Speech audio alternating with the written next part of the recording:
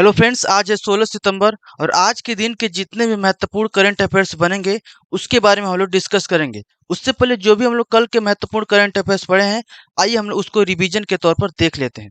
भारत का पहला वानिकी विश्वविद्यालय तेलंगाना में स्थापित किया गया। अगर के व्यापार को बढ़ावा देने के लिए त्रिपुरा राज्य में बनेगा अनुसंधान केंद्र। पंजाब राज्य में अंतर्राष्ट्रीय प्रतियोगिता के विजेताओं को मासिक वजीफा देने का ऐलान किया गया। हिंदी दिवस 14 सितंबर को मनाया गया। दूसरी बार भारत के अटॉर्नी जनरल के रूप में मुकुल रोहतगी को चुना गया।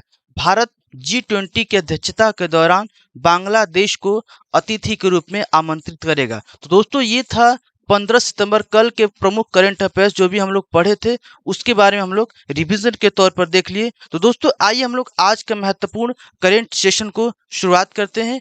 दोस्तों देखिए, ये पहला क्वेश्चन है, ये बहुत ही इंपॉर्टेंट क्वेश्चन, इसको ध्यान में रखिएगा।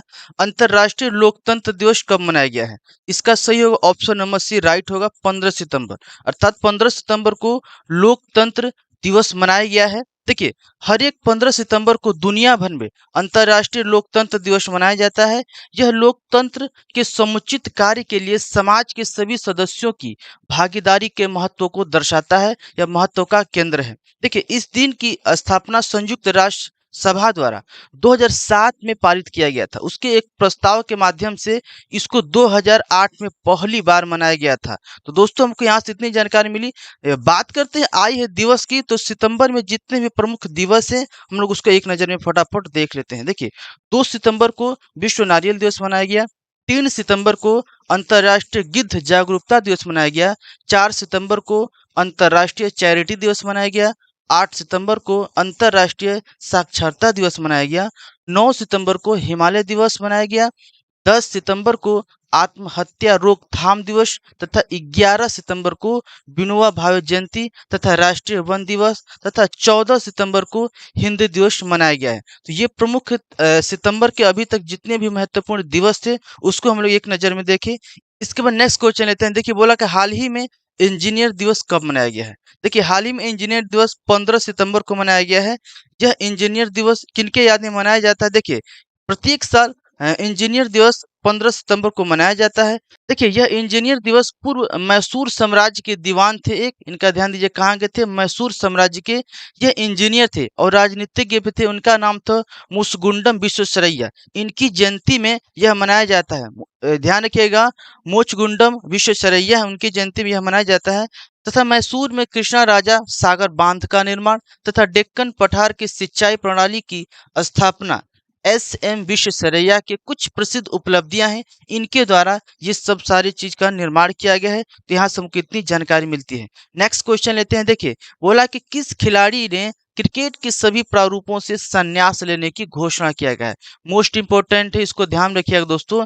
इसका सही होगा option number C, Robin Uthappa. ये रोबिन उथप्पा है, इन्होंने अंतर्राष्ट्रीय क्रिकेट से सभी प्रारूपों से संन्यास लेने की घोषणा किया है। देखिए, ये जो 14 सितंबर 2022 को इन्होंने संन्यास लेने की घोषणा की है। देखिए, रोबिन उथप्पा जो 2006 में अंतर्राष्ट्रीय क्रिकेट में पदार्पण किया था तथा इन्होंने 46 एक दिवसीय मैच खेला तथा 13 T20 मैच खेले। रोबिन उथप्पा ने भारत के लिए 86 एक दिवसीय मैच में 934 रन बनाए तथा 13 20 मैचों में 249 रन बनाए। उन्होंने आईपीएल के सभी 15 सीजन को खेले तथा टूर्नामेंट में 6 टीमों का प्रतिनिधित्व भी किया। यहाँ से हम कितनी जानकारी मिली। इसके बाद नेक्स्ट क्वेश्चन लेते हैं। फिर बोला कि हाल ही में किस महिला खिलाड़ी ने अंतर्राष्ट्रीय क्रिकेट से संन्यास लेने की घोषणा किया है? इसका सही होगा ऑप्शन नंबर ए, राइट होगा रचेल हेंस। रचेल हेंस ये ऑस्ट्रेलिया की खिलाड़ी हैं। देखिए, ऑस्ट्रेलिया की महिला क्रिकेटर रचेल हेंस ने अंतर्राष्ट्रीय क्रिकेट से संन्यास की घोषणा किया है। वह राज्य क्रिकेट से भी संन्यास ले रही हैं। जो रचेल हैं, ये राज्य क्रिकेट में भी नहीं खेलेंगी, यहाँ से भी संन्यास ले रही हैं। हालांकि वह विगेन विग वेस्ट लीग सिडनी थंडर के लिए एक सीजन अभी खेलेंगे। देखिए, इन्होंने 2009 में पदार्पण किया था, खेल की शुरुआत की थी, जिसमें से उन्होंने 150 से अधिक अंतर्राष्ट्रीय मैच खेले और जिसमें 3818 रन बनाए और ऑस्ट्रेलिया के लिए 6 वैश्विक खिताब भी जीते थे। इसके बाद नेक्स्ट क्वेश्चन लेते हैं। मोस्ट इंपोर्टेंट, इसको ध्यान रखिएगा। भारत ने सैफ अंडर 17 चैंपियनशिप किस देश को हराकर जीत लिया है? इसका सही होगा option number C, Nepal. Nepal को हराकर यह चैंपियनशिप जीत लिया। देखिए, फुटबॉल में भारत ने 14 सितंबर 2022 को कोलंबो में आयोजित एक फाइनल मैच में नेपाल को 4-0 से हराकर सैफ अंडर 17 चैंपियन का खिताब जीत लिया है। इसको इम्पोर्टेंट तौर पर ध्यान रखिएगा। देखिए, भारत के कप्तान बनलाल पेका को सबसे मूल्यवान खिलाड़ी के रूप में चुना गया है, जबकि गोलकीपर साहिल को सर्वश्रेष्ठ गोलकीपर के रूप में पुरस्कृत किया गया है। ये ध्यान में रखिएगा। देखिए, भारत ने 31 अगस्त 2009 को नेपाल को ही हराया था। इससे भी पहले नेपाल को 7-0 से हराकर पिछले सीजन का खिताब जीता था और इस बार भी नेपाल को ही हराया है। इसको ध्यान में रखिएगा। इसके बाद नेक्स्ट क्वेश्चन लेते हैं। देखिए, भारत का सर्वश्रेष्ठ चिड़ियाघर किसे घोषित किया गया है? ये भी इंपॉर्टेंट है, इसको ध्यान रखिएगा। भारत का सर्वश्रेष्ठ चिड़ियाघर किसको घोषित किया गया है? इसका होगा आपका ऑप्शन नंबर सी राइट होगा। दार्जिलिंग चिड़ियाघर को भारत का सर्वश्रेष्ठ चिड़ियाघर चुना गया है। देखिए, दार्जिलिंग के Padmaja Naidu Himalayan zoological park को सर्वश्रेष्ठ देश का चिड़ियाघर की मान्यता दी गई है। इसके बाद बात करें दोस्तों कि दूसरे और तीसरे स्थान पर किनको स्थान मिला है, तो चेन्नई में स्थित अरिगनार अन्ना जूलॉजिकल पार्क को दूसरा स्थान मिला है तथा कर्नाटक के मैसूर में श्री चामराजेंद्र जूलॉजिकल पार्क को तीसरा स्थान मिला है। देखिए, रैंकिंग तैयार कौन करता है? तो रैंकिंग की सूची तैयार करता है CZA द्वारा। सितंबर 2022 में यह जारी किया गया है सूचना कि किसको कौन सा स्थान मिला है। देखिए, दार्जिलिंग चिड़ियाघर की स्थापना की अगर बात करें तो 14 अगस्त 1958 को हुई थी। यहाँ से हमको इतनी जानकारी मिलती है। इसके बाद नेक्स्ट क्वेश्चन लेते हैं। बोला कि हाल ही में डेविस कप के किस पूर्व कप्तान का निधन हो गया है?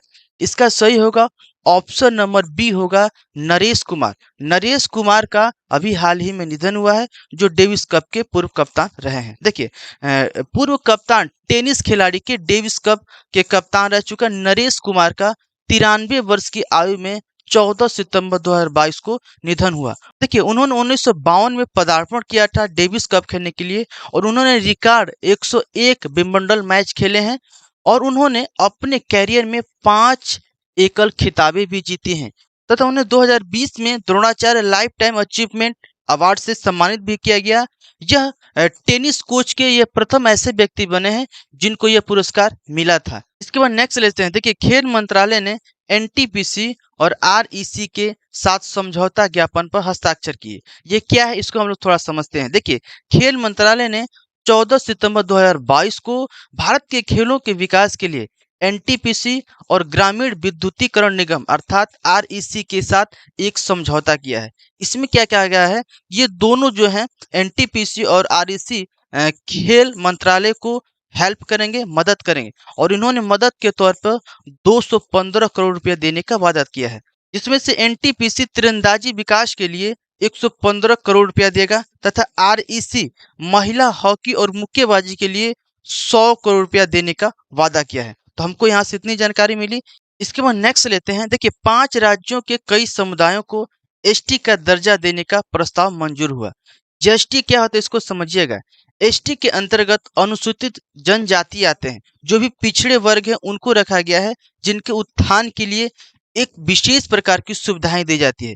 इसके अंतर्गत इस समय क्या किया गया है कि छत्तीसगढ़, हिमाचल प्रदेश, कर्नाटक, तमिलनाडु और उत्तर प्रदेश में जो भी अनुसूचित जनजाति अर्थात ST श्रेणी के हैं या आदिवासी आते हैं, उनको विशेष प्रकार की छूट देने की मंजूरी मिली है। इनमें से हिमाचल प्रदेश के सिरमौर क्षेत्र के रहने वाले हट्टी समुदाय तथा तमिलनाडु के नारी कुरावर तथा कर्नाटक के बेट्टा कुरबा समुदाय शामिल है। ये ध्यान रखिएगा कौन कौन से समुदाय शामिल है। ये प्रमुख समुदाय इस 5 राज्य ST के अंतर्गत जो छूट मिल रहा है, ये विशेष तौर पर उनको शामिल किया गया है। देखिए, केंद्रीय जनजाति की बात आई है तो केंद्रीय जनजाति मंत्री इस समय कौन है? अर्जुन मुंडा है। दोस्तों, इसके बाद हम लोग लेते हैं आज के स्टैटिक जीके। हम लोग आज के स्टैटिक जीके के अंतर्गत पढ़ेंगे भारत निर्वाचन आयोग के बारे में हम लोग जानेंगे। देखिए, भारत निर्वाचन आयोग ECI एक स्वायत्त संवैधानिक प्राधिकरण है जो भारत में संघ और राज्य की चुनाव की प्रक्रियाओं में संचालित होने में एक उत्तरदायी भाग निभाता है, एक उत्तरदायी अहम भूमिका निभाता है। देखिए, भारतीय संविधान के अनुच्छेद 324 के तहत इसको रखा गया है। इसकी प्रमुख दायित्व है कि ये भारत में जितने भी चुनाव हो रहे हैं उनको निष्पक्ष रूप से कराए। अगर इसकी स्थापना की बात करें, इसकी स्थापना 25 जनवरी 1950 को हुआ था तथा इसका मुख्यालय है नई दिल्ली तथा इस समय इसके मुख्य चुनाव आयुक्त हैं राजीव कुमार तथा इसके प्रथम सीईओ की बात करें तो सुकुमार सेन। यह 1950 से 58 तक रहे थे। तो दोस्तों हमको यहाँ से इतनी जानकारी मिली। तो दोस्तों हम आशा करेंगे कि आज के जो भी हम करंट अफेयर्स आपको समझाने का कोशिश किए हैं, जो भी बताने की कोशिश किए हैं, आपको अच्छी प्रकार समझ में आया होगा। तो दोस्तों आज के लिए बस इतना ही। मिलेंगे कल के नई रोचक घटनाओं के साथ। तब तक के लिए जय हिंद।